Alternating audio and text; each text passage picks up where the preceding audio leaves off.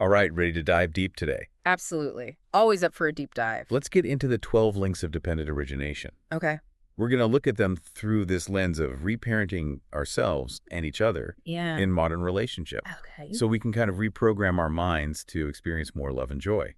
Interesting. So the 12 links, this ancient Buddhist principle, yeah. it's a pretty profound teaching that explains how suffering arises. Right.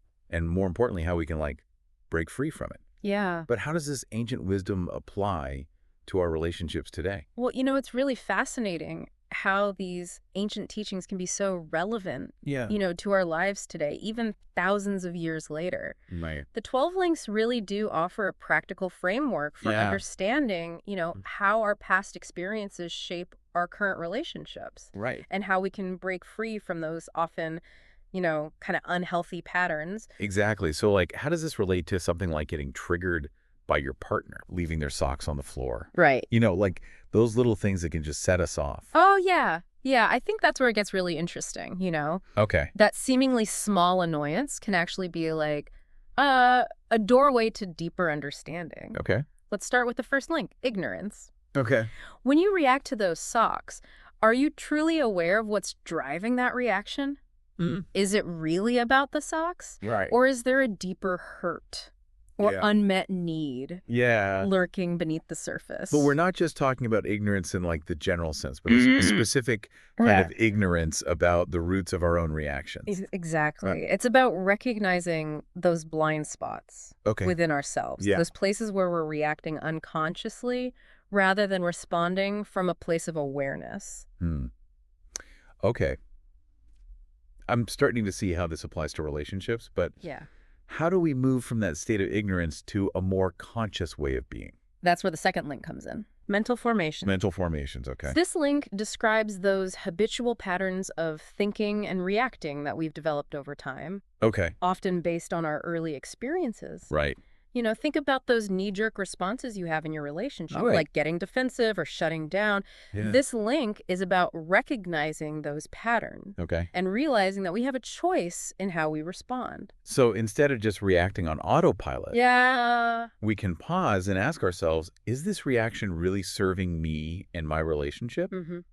Or is it just perpetuating old patterns of hurt and disconnection? Exactly. And that pause, that moment of awareness, is crucial for breaking free from those limiting mental formations. This is making me think about how often I react to my partner. Yeah. In ways that mirror how I was treated as a child. Right. It's like those old wounds are being triggered. Yeah. Even though it has nothing to do with them. That's such a common experience. Right. And it's not about blaming our past or our partners. Yeah. But rather about recognizing those patterns so we can choose a different path. Okay, so we've got ignorance and mental formations. Right. What comes next in this chain to self-discovery? The third link is consciousness. Consciousness, okay. That ability to be aware of what's happening both within ourselves and in the relationship. Okay. It's about tuning into our own thoughts and feelings and sensations, but also expanding our awareness to include our partner's experience as well. So instead of getting lost in our own heads and our own reactions, we're cultivating a more shared awareness. Exactly. That sounds pretty challenging. It can be. Yeah. Especially when those old wounds are triggered.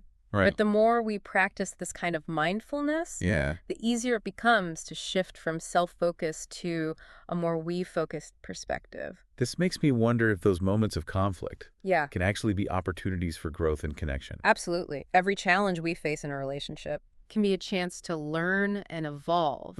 Both individually and as a couple. Okay, so how does this awareness actually play out in the day-to-day dynamics of a relationship? Well, that brings us to the fourth link, name and form. Name and form, okay. This is where we start to see how our perceptions shape our reality. Okay. We give names and labels to things, including our partners, often based on our past experiences. Right. For example, if you've been hurt by someone who is emotionally unavailable, you might be quick to label your current partner as distant or withdrawn, even if that's not an accurate reflection of who they are. So it's like we're seeing them through the lens of our own past. Right. Rather than seeing them for who they truly are in this moment. Exactly. And that's why this link is so important for reparenting ourselves in relationships. Okay. It's about questioning those labels challenging those assumptions, Okay. and approaching our partners with fresh eyes and an open heart. That makes so much sense. If we're constantly projecting our past onto our partner, it's going to create a lot of unnecessary conflict and misunderstanding. Absolutely. And it can prevent us from truly seeing and appreciating our partner for who they are. Okay, so we're becoming more aware of our own internal patterns and how they might be coloring our perceptions. Yeah. Where does that lead us in this chain of interconnectedness? Well, our perceptions are heavily influenced by our senses, which is where the fifth link comes in six sense bases. Six sense bases, okay. This link describes how our senses sight, hearing, touch, taste, smell, and mind shape our experience of the world and our relationships. So we're not just talking about like our physical senses. But also our mental and emotional perceptions. Okay. And this link is about recognizing how those sensory experiences can trigger those old wounds and reactive patterns. Maybe your partner's tone of voice reminds you of a critical parent, or their touch evokes a past trauma. By becoming aware of these triggers, we can start to create some space between the stimulus and our reaction. It's like we're becoming more mindful of those subtle cues that can send us spiraling back into those old patterns of hurt and disconnection. Exactly. And that awareness gives us a choice. We can choose to react from that wounded place. Or we can choose to respond from a place of greater understanding and compassion. Okay, so we're becoming more attuned to our senses and how they might be influencing our perceptions. Right. What happens next in this chain of events? That sensory input leads to contact, the sixth link. Contact. This is the point where our senses meet our past experiences, creating a particular feeling or sensation. It's that moment when your partner's words or actions hit a nerve, triggering a cascade of emotions. It's like all of our past experiences are stored within us. And certain triggers can activate those old wounds and patterns. Precisely. And in that moment of contact, we have a choice. We can personalize the situation, making it all about us and our past hurts. Or we can create space for a shared experience, recognizing that our partner has their own perspective and feelings as well. So it's about moving from a me-centered perspective to a more we-centered understanding of the situation. That sounds like a powerful shift. It is. It requires a willingness to step outside of our own limited perspective and see things from a wider lens. Okay, I'm really starting to see how these 12 links can help us navigate those tricky moments in relationships. Absolutely. We're becoming more aware of our triggers. We're pausing before reacting. And we're trying to see things from our partner's perspective. What comes next in this journey of self-discovery and relationship growth? The seventh link is feeling. Which arises from that point of contact. Now, this isn't about denying our feelings, but rather about recognizing that they are impermanent and don't have to control us. So it's about acknowledging those feelings. Whether they're pleasant, unpleasant, or neutral, without getting swept away by them. Exactly. It's like learning to ride the waves of emotion without getting knocked over by them. We can choose how we respond to those feelings rather than letting them dictate our actions. This is giving me a whole new perspective on how to handle those emotionally charged moments in my relationship. It's not about suppressing those feelings, but about approaching them with mindfulness and compassion. Yes, and that shift in perspective can make a huge difference in how we navigate conflict and create more connection in our relationships. Okay, we're over halfway through the 12 links. We are. This has already been so insightful. Yeah, it's a powerful framework. What comes next in this journey of reparenting through relationships? Well, this is where things get really interesting. Okay. We're at link 8 now. Link 8? And it's all about craving. Craving. I have a feeling this could get a bit messy. It certainly can be if we're not careful. Right. And this isn't just about craving chocolate or that new gadget. It's about recognizing those deeper desires we have within relationships. For love, validation, security, belonging. This link is about understanding where those cravings come from. And finding ways to cultivate those qualities within ourselves first. So instead of always looking to our partner to fulfill those needs, we're focusing on becoming more whole within ourselves. Exactly. It's about recognizing that true fulfillment comes from within, rather than relying on external sources to make us happy.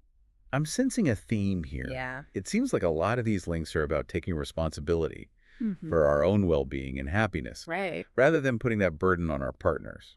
That's a great observation. Right. And it's a key principle of reparenting ourselves in relationships. When we can meet our own needs and cultivate those qualities we're seeking from others, Right. it creates a much healthier and more balanced dynamic. This is making me think about how often we project our own insecurities and unmet needs onto our partners. Right. Which can lead to a lot of resentment and frustration. And that projection can create a vicious cycle. Right. Where we're constantly trying to get something from our partner that they're not equipped to give. So how do we break free from that cycle? Well, that brings us to link number 9, clinging. Clinging, okay. This is that tendency to grasp onto things. Right. People, possessions, ideas. In a way that creates suffering. Okay. In the context of relationships, it might look like holding on to rigid expectations, demanding our partners behave a certain way, or refusing to let go of old narratives that no longer serve us.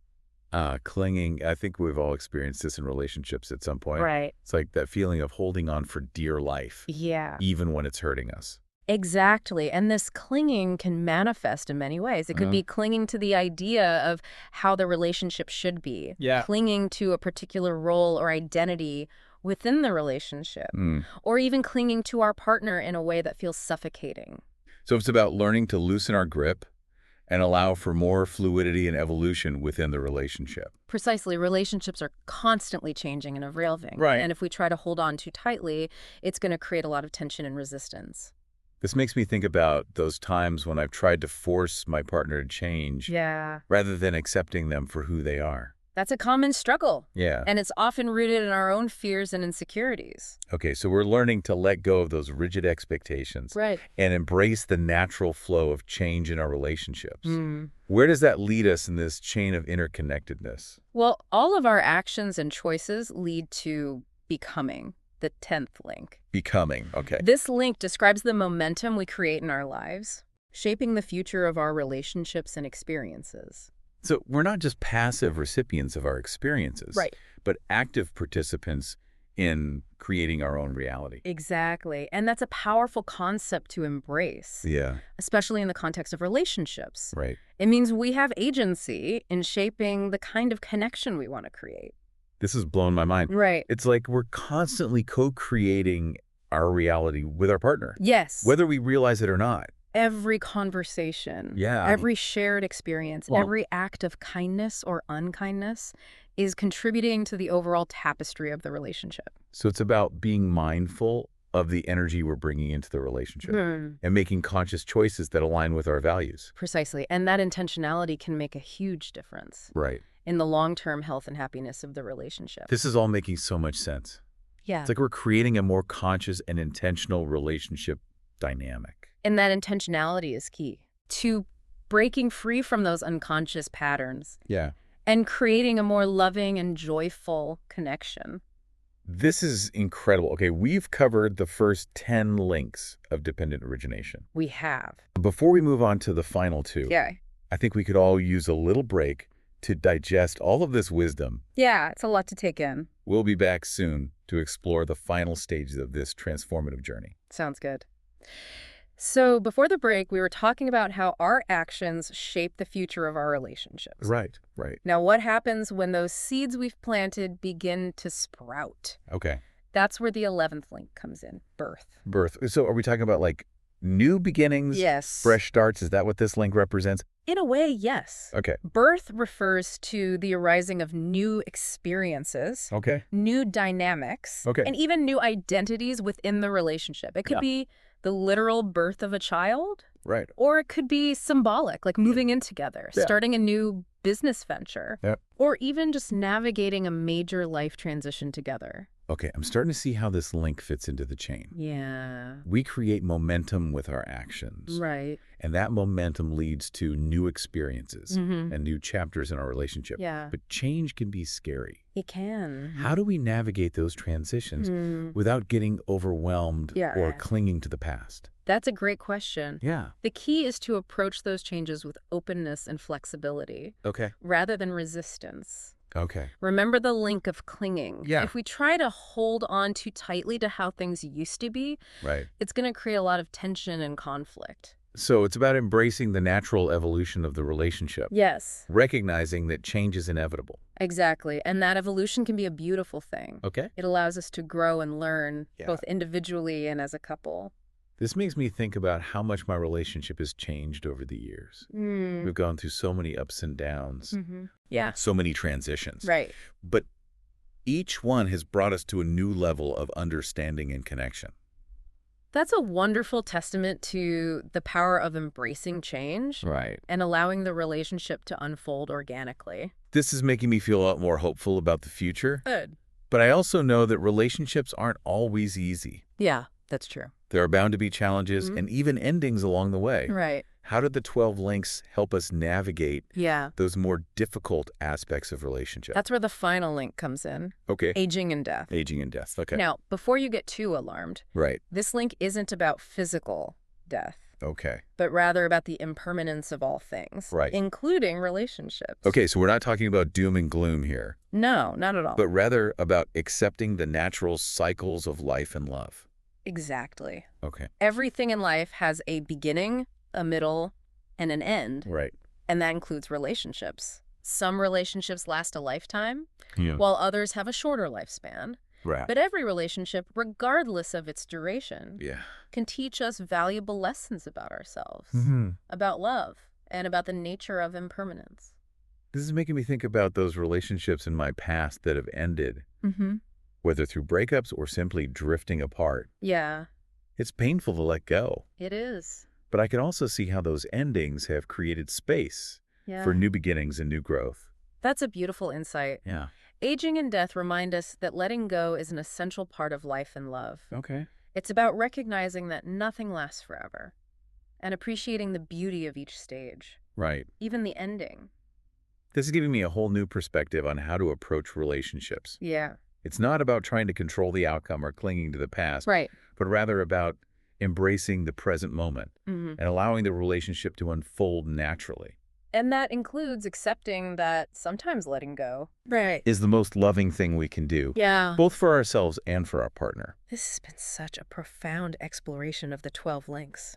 It really is a profound teaching. It's amazing to see how this ancient wisdom can be applied to something as relevant and relatable as modern relationships. Absolutely. I feel like I have a whole new toolkit for navigating those tricky dynamics. Me too. And the best part is, this is just the beginning. Oh, wow. There's so much more to discover and explore, both within ourselves and within our relationships. We've covered a lot of ground today. Yeah, we have. Let's take another quick break, and then we'll be back to wrap up our deep dive and leave you with some final thoughts to ponder. Okay. Sounds good. So we're back for our final segment of this deep dive on the 12 links of dependent origination and how they can help us reparent ourselves and each other in our relationships. Right. It's been quite a journey so far. Yeah, powerful stuff. So as we wrap things up, I'd love to hear your thoughts on what are the key takeaways our listeners can really apply to their own lives? Well, I think one of the most important takeaways is the power of awareness. Right. Remember that first link, ignorance. Yeah. It's about